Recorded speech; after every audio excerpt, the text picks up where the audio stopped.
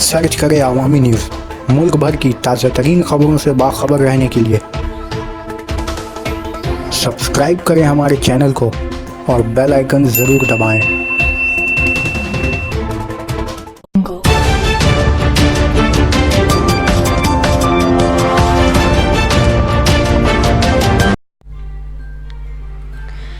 महाराष्ट्र के धूले वाक़े chemical factory में धमाका, 10 अफराद हलाक, 43 जख्मी। महाराष्ट्र के धूले वाक़े एक केमिकल फैक्ट्री में धमाका हुआ है। मेडिकल जराये के मुताबिक इस हादसे में कम से कम 10 लोगों के मरने की खबर है, जबकि 43 लोग शदीद तौर पर जख्मी हुए हैं। जख्मियों को इलाज के लिए करीबी अस्पताल में दाखिल कराया गया है। धमाके के बाद भड़की आग पर काबू पाने की कोशिशें जारी हैं। फैक्ट्री में हुए इस धमाके से इलाके में अफरा तफरी मच गई है।